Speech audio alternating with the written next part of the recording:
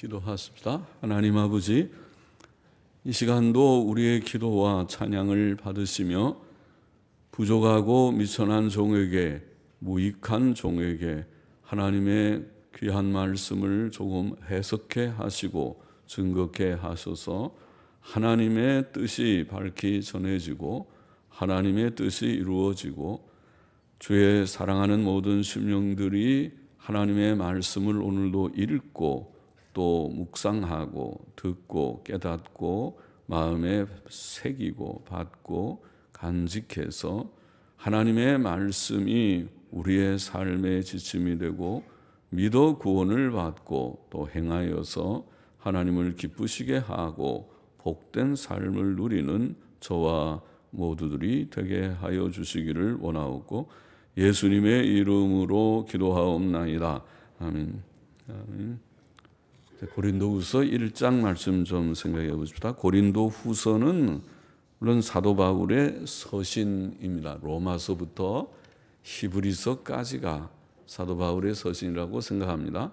히브리서는 빌레몬서까지 13권, 히브리서까지 14권인데 히브리서는 앞에 누가 썼다는 것이 나오진 않지만은 교회의 역사, 초대교회의 증거에 의하면 사도 바울의 서신이고 그 당시에 그렇게 귀한 속죄의 도, 구약 제도의 마침과 또 신약 제도의 시작에 대한 깊은 진리를 기록할 만한 인물이 바울 외에 또 없었을 것이라고 보고, 또 흥미로운 것은 구약의 바울 서신을 열거하는 초대교회의 순서를 보면은 로마서는 늦게 쓰여졌지만 로마서를 맨 앞에, 아마 중요해서 그러겠죠. 로마서 지금 우리 순서대로 쭉 나오는데, 그리고 목회 서신인 디모데전서, 후서, 디도서가 뒤에 나오고 그 중간에 히브리서가 들어가 있습니다. 그래서 이 히브리서가 바울 서신 외에 다른 어떤 저자의 서신이라고 여기지 않는 한 또 흥미로운 증거죠. 바울 서신의 14권 속에 중간에 순서대로 히브리서가 들어가 있고 그 다음에 디모데전서, 디모데후서, 디도서가 나오는 그런 흥미로운 순서도 있습니다. 자, 여하튼 고린도 후서는 사도 바울의 서신 14권의 서신 가운데 하나입니다. 저작 시기는 주 54년 혹은 55년 말경이었을 것입니다. 고린도후서의 특징적인 내용은 사도의 직분에 관한 것입니다. 사도의 직분. 1장부터 7장은 사도의 직분의 여러 면모에 대해서 증거하고 있고 8장, 9장은 특별히 고린도후서 이 책에서 헌금에 대한, 신약 성경의 헌금에 대한 귀한 진리는 고린도후서 8장, 9장에 나와 있습니다. 그리고 10장부터 12장은 자신의 사도직에 대한 변호와 마지막 13장은 바울의 권면과 축도, 목사들이 예배 시간에 바울의 이 고린도후서 13장 마지막 절, 13절인가요? 마지막 절의 말씀을 가지고 축도의 말로 삼고 있습니다.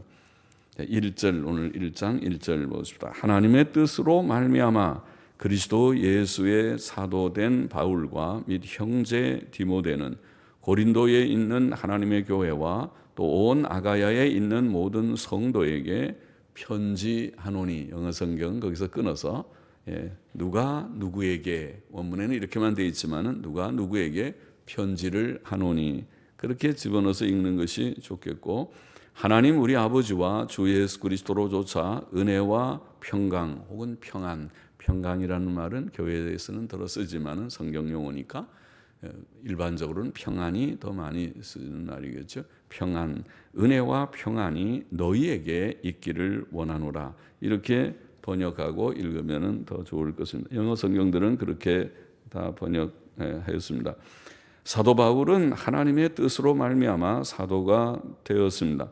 그는 자신의 뜻이나 결심으로 사도가 된 것이 아니었습니다. 그는 이전에 예수님을 핍박하고 하나님을 대적했었습니다. 그러나 하나님께서 자기 뜻을 따라 강권적으로 그를 부르셨고 이 길로 이끄셨습니다. 그래서 사도행전 9장에 나와 있는 사건이었죠. 그가 예수 믿는 사람들을 잡아서 다 데리고 오려고 다메섹이라고 하는 곳으로 가다가 예수님 만나, 부활하신 예수님을 만나고 변해서 신자가 되고 또 부름을 받아서 사도까지 되었습니다. 그는 복음을 위해 택함을 입었고 로마서 1장 1절에 복음을 전하게 하려고 보냄을 받은 사도가 되었습니다. 사도라는 말은 보냄을 받은 자라는 말이고 복음 전파를 위해서 주님께서 부르셔서 세우셔서 보내신, 그러니까 본인은 보냄을 받은 자가 사도입니다. 그는 디도서 1장 3절에 이 전도는 우리 구주 하나님의 명대로 내게 맡기신 것이라, 전도의 명령을 사명을 받은 자라고 그렇게 자신을 증거했습니다. 사도 바울에게는 형제 디모데가 있었습니다. 사도된 바울과 및 형제 디모데는 그는 혈육의 형제가 아니고 주 안에서의 형제요 바울의 조력자, 조수, 조사, 조력자이었습니다. 디모데는 자식이 아버지에게 하는 것 같이 바울과 함께 복음을 위해 수고하였다고 바울은 빌립보서 2장 22절에 증거한 바가 있는 인물입니다. 바울은 고린도에 있는 하나님의 교회와 또 온 아가야에 있는 모든 성도에게 편지하였습니다. 고린도시에 많은 단체들이 있었을 것이지만 교회는 그런 인간적 단체들과 다른 하나님의 교회입니다. 그것은 하나님께서 이 세상에서 불러내어 거룩해 하시고 자기의 특별한 소유로 삼으신 사람들의 모임인 것입니다. 하나님의 교회는 고린도시에 국한되지 않고 아가야 지방에 흩어져 있는 모든 성도를 포함했습니다. 교회는 전 세계에 흩어져 있는 하나님의 모든 백성들을 포함합니다. 실상 교회는 아담 이후 하나님의 택함 받은 모든 사람들로 구성된다고 하겠습니다. 교회의 구성원은 성도, 즉 거룩한 자들이라고 불립니다. 이것은 법적인 의미입니다. 그들은 어머니의 배에서 태어났을 때부터 예수님을 구주와 주님으로 믿기 전까지 죄인으로 살았었습니다. 그러나 이제 예수 그리스도를 믿음으로 그의 피로 죄 사함을 받고 거룩하게 된 자들입니다. 성도가 됐습니다. 사도 바울은 하나님 우리 아버지와 주 예수 그리스도로조차 은혜와 평안이 너에게 있기를 원하노라고 말하였습니다. 하나님께서는 나 혼자만의 아버지가 아니시고 우리 모두의 우리들 모두, 여기에 모인 우리뿐 아니라 온 세계에 흩어져 있는 믿음의 식구들 우리 모두의 아버지이십니다. 그는 우리를 보호하시고, 아버지는 그렇죠. 아버지가 있는 사람은 든든하지. 어릴 때는 아버지가 다 모든 것을 해요. 돈도 벌어오고 집안의 모든 일도 다 책임지고 어려운 문제는 다 책임지고 아버지가 든든하게 다 모든 일을 주로 하지. 우리를 보호하고 우리의 필요를 공급하시는 사랑의 아버지이시나 동시에 아버지는 또 무섭기도 하죠. 잘못하면 아무개 와, 아들 와, 따라와 그러면은 무섭죠.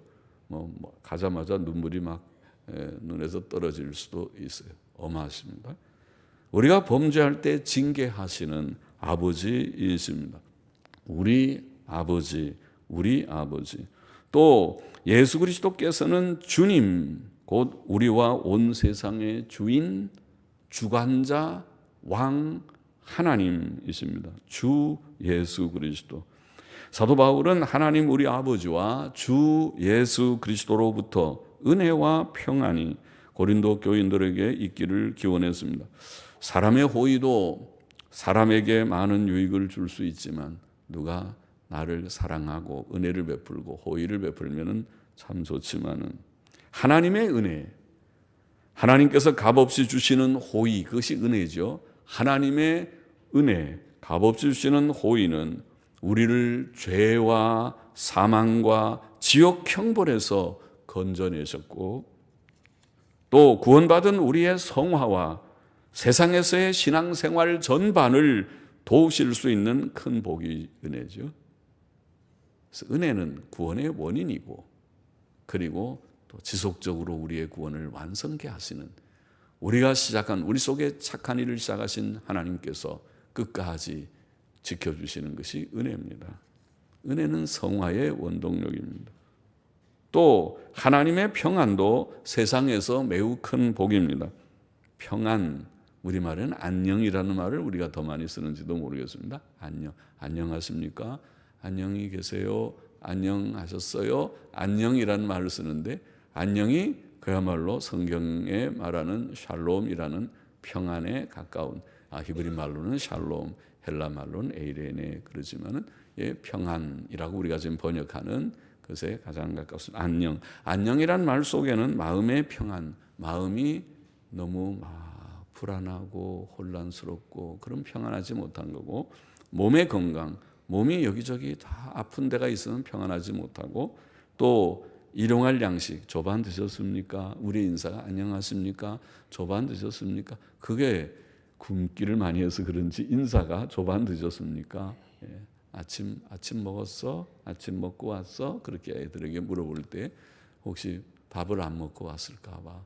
이제 일용할 양식도 평안의 요소입니다. 그죠? 우리가 평안한 것은 마음의 평안, 몸의 건강, 또 우리가 일용할 양식 먹을 것이, 잘 먹지 못해도 좀 그래도 밥 한 그릇 먹고 또 배가 조금 그래도 허기가 없게 살아가는 일용할 양식, 그리고 사회적인 안정까지, 그것이 평안, 안녕의 그런 의미일 것입니다. 안녕하십니까 하면은 우리가 사회적으로도 전쟁이 없이, 소요가 없이, 매일 데모나하고 갈등이 있고 그런 것이 없이 서로를 이해하고 일치된 이념, 일치된 사상을 가지고 서로 사랑하고 살아가는 사회까지가 되기를 원하는 것이죠. 그것은 실상 천국의 특징입니다. 성도가 이 세상에서 누리는 평안은 지금 말한 마음의 평안, 몸의 건강, 일용할 양식의 충족함, 그리고 또 환경적인 평안까지, 이런 모든 것은 천국의 복이죠. 천국 가면 진짜 평안이 충만한 것입니다. 거기에는 마음의 불안이 없고, 거기에는 마음에 병든 사람이 없고, 몸에 병든 사람도 없고, 거기에는 궁핍함이라는 배고픔이 없고, 거기에는 갈등과 싸움이 더 이상 없는, 그것이 천국이죠. 그래서 이 평안을 이 땅에서도 조금 맛보는 천국의 시식, 맛보기입니다. 맛보기. 우리가 조금 맛보기 좀 음식을 맛보듯이 평안을, 하나님이 우리에게 주시는 평안, 그것은 천국의 참된 충만한 평안의 맛보기입니다. 하나님의 은혜는 아까 구원의 원인이라고 그랬고, 그렇다면 하나님의 평안은 구원의 결과라고 말할 수 있죠. 하나님께서는 은혜로 우리를 구원하셨고, 그 결과로 우리에게 참된 평안, 안녕함을 우리에게 주십니다. 3절 보십시다. 찬송하리로다. 그는 우리 주 예수 그리스도의 하나님이시요. 원문에는 예수 그리스도의 하나님과 아버지이시요. 하나님과 아버지. 우리는 여기 아버지를 왜 뺐는지. 하나님과 아버지이시요. 자비의 하나님 아버지, 자비들 복수로 자비들의 아버지시요. 모든 위로의 하나님이시며 우리의 모든 환난 중에서 우리를 위로하사 우리로 하여금 하나님께 받는 위로로서 모든 환난 중에 있는 자들을 능히 위로하게 하시는 이시로다. 예수께서 하나님이시며 사람이시기 때문에, 예수님은 하나님인가요? 사람인가요? 하나님이신 동시에 사람이신 독특한 인격이시기 때문에 하나님께서는 우리 주 예수 그리스도의 하나님 그리고 아버지 둘 다 되십니다. 예수님의 하나님이라고요? 그러면 삼위일체가 복잡하죠. 인성에서 볼 때는 분명히 예수님은 예수님의 하나님도 되시고, 또 신성에서 볼 때 아버지도 되십니다. 부활하신 예수께서는 막달라 마리아에게 너는 내 형제들에게 가서 이르되 내가 내 아버지 곧 너희 아버지, 하나님은 우리 아버지고 나의 아버지고 예수님의 아버지, 또 내 하나님, 예수님이 아버지 하나님을 내 하나님이라고 부릅니다. 또 너희 하나님께로 올라간다 하라. 예수님은 확실히 독특한 인격이 있습니다. 만일 그 삼위의 구별을 알지 못한다면은 여호와의 증인들처럼, 그러면은 그것은 이해하기 어려운 것이죠. 그래서 결국 하나님만 하나님, 아버지만 하나님이고 예수님은 하나님이 아니다, 그렇게 끝까지 고집을 부리듯이 주장하는 것이 소위 삼위일체를 부정하는 일위 신론자들, 여호와의 증인이나 또 미국의 유니테리안 교회 같은 교회들의 그런 생각이죠. 주 예수 그리스도의 하나님이라는 말은 예수 그리스도를 보내셔서 인류를 구원하시는 하나님을 뜻할 것입니다. 하나님께서는 또한 자비들의 아버지이십니다. 자비들이라는 원어는 많은 자비를 의미하죠. 그냥 자비, 한두 개의 자비만 베푸시는 하나님이 아니라 많은 자비, 풍성한 자비를 품으시고 베푸시는 하나님. 하나님께서는 자비가 많으신 아버지이십니다. 또 그는 모든 위로의 하나님, 모든 위로의 하나님. 위로라는 말은 본문의 중요한 주제입니다. 이 세상은 슬픔과 고통이 많고 환난과 낭망이 있기 때문에 위로가 참으로 필요한 세상이죠. 그러나 사람의 위로는 한계가 있습니다. 그러나 전능하신 하나님의 위로는 큰 힘이 됩니다. 하나님께서는 우리 마음에 평안과 용기를 주실 뿐 아니라 그의 뜻을 따라 능력으로 환경을 변화시키기도 하시기 때문이죠. 우리의 마음에 큰 평안도 주시는 위로자이시지만은 어떤 때는 환경을 주장하시는, 섭리하시는 섭리자이십니다.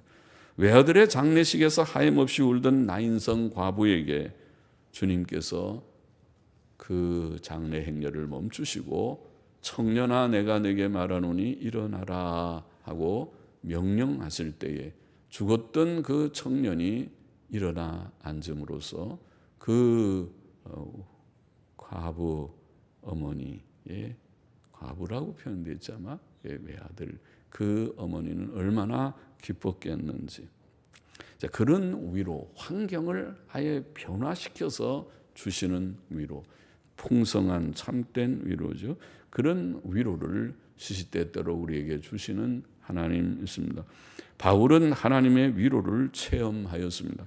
하나님께서는 모든 환난 중에서 그와 그의 동료들을 위로하셨다고 그는 표현하고 있습니다.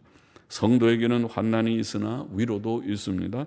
그것은 사람의 위로 정도가 아니고 괜찮아 잘 될 거야.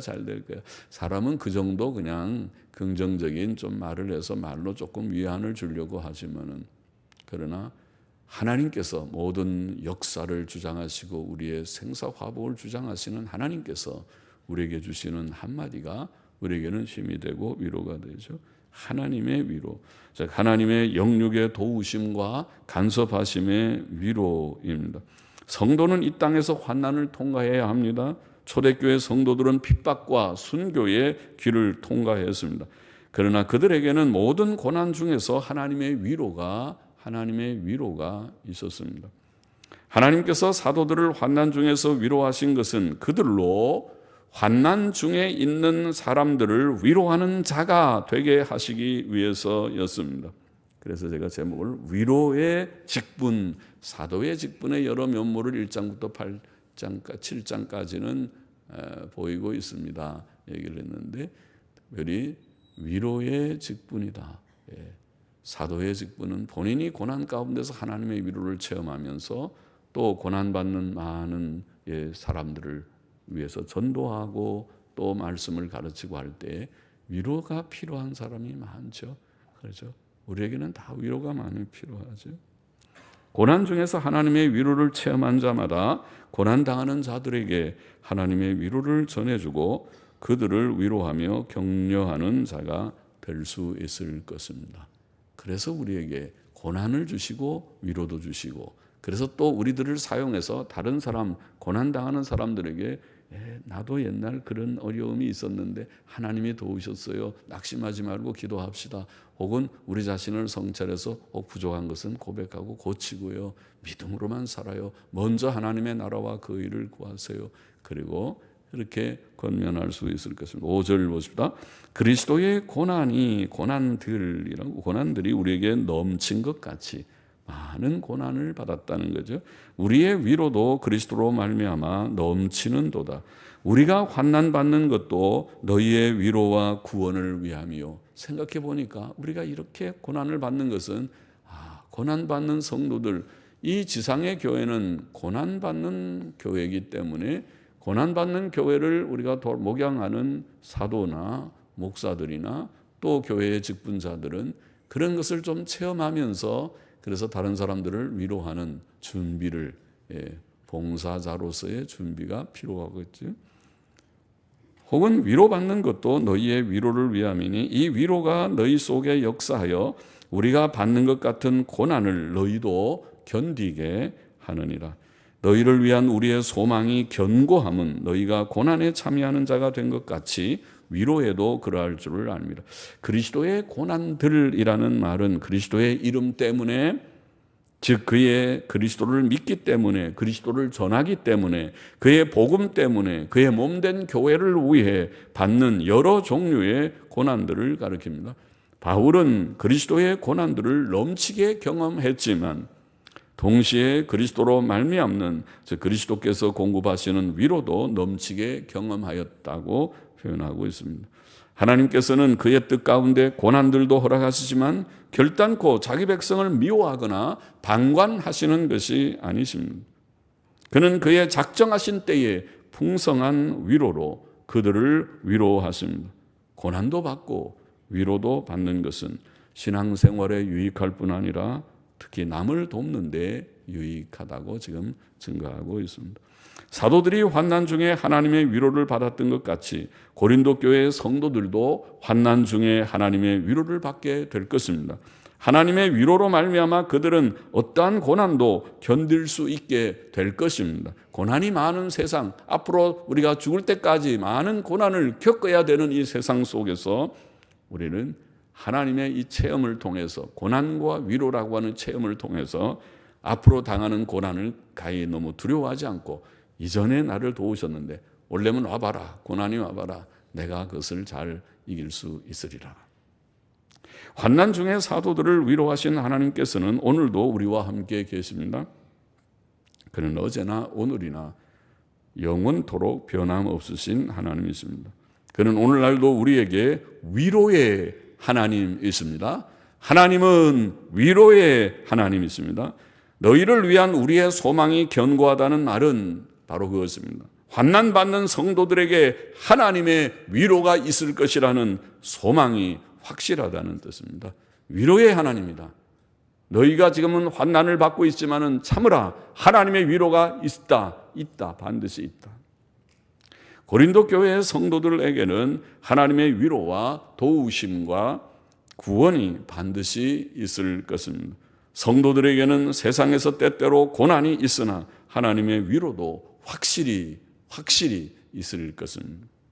8절 9절 보시죠. 형제들아, 우리가 아시아에서 당한 환난을 너희가 알지 못하기를 원치 아니하노니 힘에 지나도록 심한 고생을 받아 살 소망까지 끊어지고 우리 마음에 사형 선고를 받은 줄 알았으니 이는 우리로 자기를 의뢰하지 말고 오직 죽은 자를 다시 살리시는 하나님만 의뢰하게 하십니다. 사도 바울은 자신과 디모데가 아시아에서 당한 환난을 언급합니다. 그들은 힘에 지나도록 심한 고생을 하였고 살 소망까지 끊어졌었습니다. 그것은 죽음의 문 앞에까지 간 환난이었습니다. 이제는 죽었구나, 그러죠. 근데 이제 그런 걸 많이 경험한 사람은 에이, 죽기 살기인데 뭐 내가 한두 번 이래봤나, 그러고 이제 잘 견디기도 하겠지만은 그런 걸 처음 만나는 사람은 이제는 죽었구나, 이렇게 이제는 다른 어떤 길이 없겠구나, 이렇게 생각되는 절망적인 그런 고난을 경험했다는 것입니다. 그는 그것을 사형 선고를 받았다고 표현했습니다. 그렇죠? 사형 선고를 받으면 죽었대. 암입니다. 암 말기입니다. 이런 말을 들으면은 이제 죽었구나. 이제 죽었구나. 그러죠. 하나님께서 그런 사형 선고를 하는 것처럼 그렇게 절망적이죠. 그때의 소망은 하나님밖에 사실 없죠. 그러니까 하나님을 앙망하고 바라보는 그런 계기가 되기도 하지. 사형 선고를 받았다고 표현했습니다. 사도 바울에게만 그런 것이 아니고 때때로 저와 여러분 우리들에게 이런 극심한 고난이 닥쳐올 것입니다. 하나님께서는 세상의 모든 기쁨과 위로의 줄을 다 끊어버리시고 오직 하나님 앞에 1대1로 서게 하는 경우가 있습니다. 우리가 삶과 죽음의 기로에 서게 되는 경우가 있습니다. 저는 그렇게 큰 고난을 많이 받진 않았지만은 그래도 저희 집사람하고 이렇게 몇 번 얘기할 때 제가 몇 번 간증했죠. 우리 집사람은 고난에 저랑 결혼해서 고난의 과정을 몇 번 겪었다는 얘기를 할 때 제가 미안하기도 하고 눈물이 나기도 하고 너무 아파가지고 하혈을 하면서 35kg인가 몸이 그렇게까지 갈 때가 있었고 제가 미국에서 처음 와가지고 아내 보던 바느질 공장에 가서 8시간씩 계속 일할 때 얼굴이 괴물처럼 퉁퉁 붓는 돈은 없고 병원에 갈 돈은 없고 그런 경험을 해서 진짜 이렇게 죽으면 죽는다. 죽을 때에 하나님 나만 죽지 말고 내가 죽으면 저 아들 경원이가 어릴 때 2살 반 그때 갔으니까 아들이 죽으면 안 되니까 아들이 같이 살면 그때 진짜 천덕꾸러기가 되니까 나만 데려가지 말고 아들도 데려가시기를 원합니다. 그렇게 돌렸다고 해서 당신도 죽지 말고 아들도 죽지 말아야지. 그러나 그 이제 고난이라는 것이죠. 그 다른 그런 고난들을 아마 여러분도 이런저런 경험을 좀 할 때가 있었겠죠. 사도 바울이 당한 극심한 고난의 목적이 무엇이었는가? 오늘날 우리가 당하는 고난의 목적은 무엇인가? 늘 말하지만 그리스도인이 당하는 고난은 3가지 목적이 있는데 첫째, 우리를 겸손케 하고 고난이 있어야 사람이 겸손하게 되고 둘째, 본문에 나와 있는 대로 고난의 목적은 우리로 하여금 자기를 의지하지 말고 오직 하나님만 의지하게 하고 그렇죠? 믿을 것이 하나님밖에 없잖아요. 다 죽게 가는데 누굴 믿어요? 사람을 믿어요? 돈이 있으면 돈을 믿어요? 그거 갖고 다 해결되지 않는데요.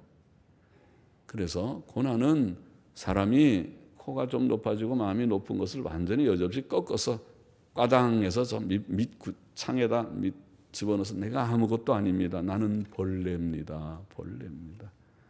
낮추게 하고 겸손케 하고 하나님만 의지하게 하고 셋째, 우리 인격을 거룩케 하고 우리의 찌꺼기와 같은 모든 부족하고 불결한 것들을 철저히 깨닫고 다 고백하는 대청소를 하는 철저히 청소를 하는 성결케 하는 그렇게 보면 고난이 힘든 거긴 하지만 유익한 과정이다. 여기에 바울은 특별히 2번째 하나님만 의지하게 하나님만 바라보게 했다. 그렇게 간증하고 있습니다. 10절 그가 이같이 큰 사망에서 우리를 건지셨고 또 건지시리라. 또한 이후에라도 건지시기를 그를 의지하여 바라노라. 하나님께서는 바울 일행을 버려두지 않으시고 그 고난에서 건져주셨습니다. 또 건지시리라는 말은 전통사본의 현재형입니다. 그가 이같이 큰 사망에서 우리를 건지셨고 또 건지시는 도다. 고난 가운데서 하나님의 도우심과 구원하심은 과거에도 현재에도 또 미래에도 적용된다는 말입니다. 그는 우리를 건지셨고 지금 건지고 계시고 또 앞으로도 건지실 것이라는 뜻입니다. 의지하여 바라노라는 원어는 완료형으로 소망의 확실함을 보입니다. 과거에 함께 하신 하나님, 지금도 함께 하시는 하나님께서 미래에도 함께 하실 것을 믿습니다. 확신하고 소망하는 완료형으로. 하나님께서는 오늘도 우리 곁에 계십니다. 11절에 너희도 우리를 위하여 간구함으로 도우라. 혹은 돕고 있도다. 그렇게 번역하기도 합니다. 돕고 있도다. 우리를 위하여 간구함으로 돕고 있도다. 이는 우리가 많은 사람의 기도로 얻은 은사를 인하여 많은 사람도 우리를 위하여 감사하게 하려 합니다. 성도들은 복음 사역자들을 위해 기도와 간구로 협력해야 합니다. 기도는 하나님의 일을 이루는 매우 중요한 방법입니다. 복음 사역자들 자신들의 기도뿐 아니라 그들과 그들의 사역을 위한 성도들의 힘있는 기도는 하나님의 일을 힘있게 이루게 할 것입니다. 나는 아무 할 일도 없습니다. 그런 사람도 돈도 없고 힘도 없고 나이도 많고 그렇게 말한다 하더라도 기도를 할 수 있다면 그것은 큰 일을 하는 것이죠. 기도를 할 수 있다면. 그래서 제가 큰 손실을 하나 봤어요. 전에 변상순 성도님 돌아가셨을 때 큰일 났다. 매일매일 제가 기도하면 첫 번째로 목사님 위해서 우리 교회 위해서 기도했습니다. 얘기하던 분이 한 분 줄어들었으니까 기도가 하나 좀 줄어들었다. 이제 이거를 보충하기 위해서 더 세게 더 많이 기도해야 되겠구나. 그런 또 다른 분들 며느님이나 성국이나 또 우리 다른 손녀들이나 에베소서 6장 19절에 보면 또 나를 위하여 구할 것은 바울은 말하기를 내게 말씀을 주사 나로 입을 벌려 복음의 비밀을 담대히 알리게 하옵소서 할 것이니.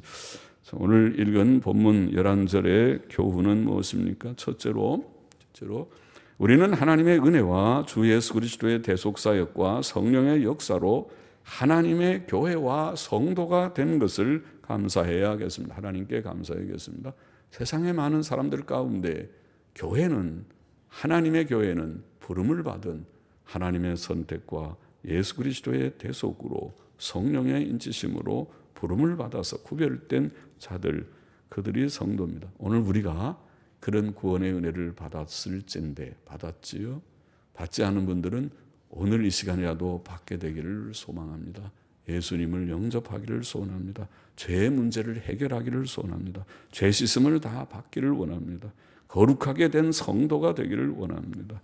영생을 소유해서 죽어도 우리는 예수를 믿어도 일단 한번 죽어요. 그러나 영혼은 천국으로 가서 쉬고 주님의 다시 재림 때에 영육이 결합되어 부활할 것을 믿고 영생의 참된 복된 새 세계에서 살 것을 믿습니다. 그런 것을 정말 믿습니까? 허황한 것이 아닙니까? 아닙니다. 성경이 증거하고 보증하는 말씀을 믿습니다. 성경을 읽어보십시오. 둘째로 우리는 하나님 우리 아버지와 주 예수 그리스도께서 주시는 은혜와 평강을 사모하며 받아 누려야겠습니다. 하나님의 은혜는 우리의 구원의 원인일 뿐만 아니라 성화의 원동력이고 지금도 우리가 성화돼서 조금이라도 죄와 싸워서 이기는 승리적 믿음 생활을 할 수 있는 것은 하나님의 은혜 때문에 됩니다. 오 하나님 은혜를 주셔서 오늘도 승리케 하시고 범죄치 않게 하옵소서. 은혜는 성화의 원동력이고 평안은 이 세상에 참으로 복된 일이 아닙니까? 마음이 평안하십니까? 잠을 잘 때에 오늘도 평안히 안녕히 주무셨습니까? 예. 눕자마자 코를 골듯이 코 고는 것도 별로 깊은 잠은 아니라고 그러지만 그래도 눕자마자 그냥 아유 잠도 잘 자네 복되다 그렇게 주무시기를 바랍니다. 엎치락뒤치락 잠을 못 이고 아이고 누워도 잠이 안 와서 하나 둘 셋 넷 10가지 세고 양을 몇 마리 세고 해도 잠이 안 오고 뜬 눈으로 1시간 2시간을 보냈습니다. 그렇게 되지 않기를 원합니다. 마음의 평안, 몸의 건강도 상당히 주시기를 원합니다. 경제 일용할 양식의 궁핍이 없기를 바랍니다. 가정의 평안, 우리 환경, 우리가 사는 대한민국이 자유 대한민국으로 끝까지 평화롭게 되기를 원합니다. 갈등이 없기를 원합니다.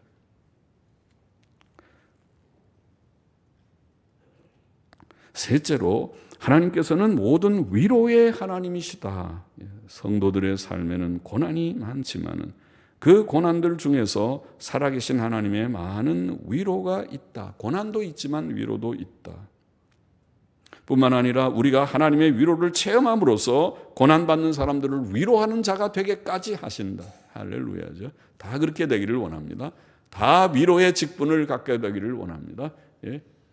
하나님께서 고난 가운데서 나를 위로하셨습니다. 체험하기를 원하고, 그래서 서로 권면하고 위로할 수 있도록, 우리 속에는 소외된 자들, 낭망하는 자들이 없이 다 서로 손을 붙들고 위로 격려하면서 이 험하고 복잡한 세상을, 가정 단위가 위로의 단위가 되고, 가족들 간에 위로가 있고, 교회가 서로 와서 붙들어주는 교회가 되고, 남을 이렇게 헐뜯고 비난하고 욕하고 떨어져 나가고 하는 그런 교회가 아니라 서로 화합하고 단합하고 위로하고 격려하고, 잘못된 것은 지적은 하지만 참아주고 기다려주고, 그게 진짜 좋은 교회죠.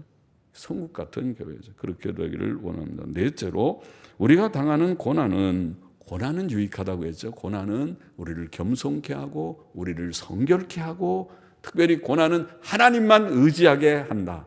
하나님만 바라보고 살아야 되는데, 돈 바라보지 말아야 되는데, 사람 바라보지 말아야 되는데, 사람을 의지하면 안 되는데, 저 사람은 내 편이고 저 사람은 내가 늘 저 사람만 의지하면 나는 든든하게 이 세상을 살 수 있고, 그런 허황된 생각을 다 꺾어버리라고 하나님은 이것도 무서워 아들도 때때로 배신하게 하고, 배신이라는 말이 좀 강하지만 아들만 철석같이 믿었더니 아들이 저렇게 부모를 이렇게 배신하듯이 할 수 있나. 그렇게 되더라도 그거 큰일 아니에요. 그게 정상이에요. 왜 그래? 왜 정상이에요? 하나님만 바라보라고. 아들 바라봤잖아요. 당신이 아들 바라보고 아들이면 다 될 것 같이 아들 자랑 많이 하더니 잘 됐네요. 잘 됐다는 말은 좀 그렇지만, 그 말은 아들 바라보지 말아요. 하나님만 바라보는 거예요. 돈 매일 은행 잔고 얘기하더니 이거 잘 됐네. 돈 다 망해가지고 쫄딱 망해가지고, 하나님만 바라보세요. 그러면은 하나님이 일용할 양식도 주시고 또 평안도 주시고 하니까, 다른 거 자랑하지 말아요. 다른 거 하나님만 바라봐. 그게 고난의 이유였다는, 원인이 고난의 목적이었다는 것입니다. 하나님만 의지하라. 내 자신을 의지하지도 말고, 아무개 사람을 의지하지 말고, 그 어떤 것도 의지하지 말고 하나님만 바라보. 하나님께만 영광을 돌리라. 오직 하나님께만 영광을 돌리라. 마지막으로, 성도들은 하나님의 복음 사역과 일꾼들을 위해서 기도로 도와야 할 것이다. 다른 무엇보다도 돈 몇 푼 헌금하는 것이 중요한 것이 아니고, 그것도 귀한 것이지만 그 무엇보다 기도의 협력, 기도의 후원은 귀하고 복되다. 기도함으로써 하나님의 일들이 힘있게 이루어지도록 해야 할 것이다. 기도하십시다. 하나님 아버지, 오늘도 주께서 우리 같은 자를 구원하신 것을 감사하며, 하나님의 은혜와 평강이 저와 우리 모두들에게 항상 풍성하기를 사모하며 또 소원하며, 오늘도 위로의 하나님께서 우리 모두들을 위로하셔서 위로가 필요한 자들이 위로를 받게 하시고, 또 우리가 받은 위로로서 고난받는 사람들을 위로할 수 있는 우리가 되기를 소원합니다. 주님, 또 고난이 많은 세상이지만 고난 속에서 주님만 바라게 하여 주시고, 또 복음 사역을 위하여 기도하는 저와 우리 모두가 되게 하여 주옵소서. 감사하며 예수님의 이름으로 기도하옵나이다. 아멘. 아멘.